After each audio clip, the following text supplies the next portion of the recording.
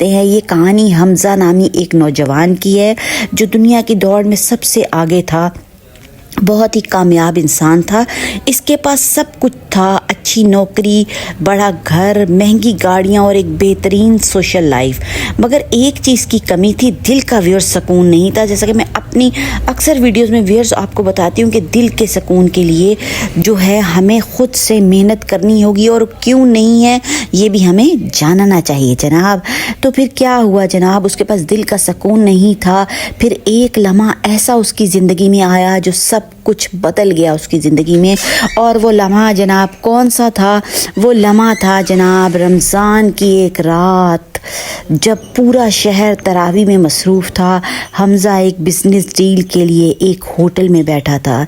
एक बुज़ुर्ग को देखा जो सड़क किनारे बैठे कुरान की तिलावत कर रहे थे। माशाअल्लाह, वो बार बार सूरत बकरा की एक आयत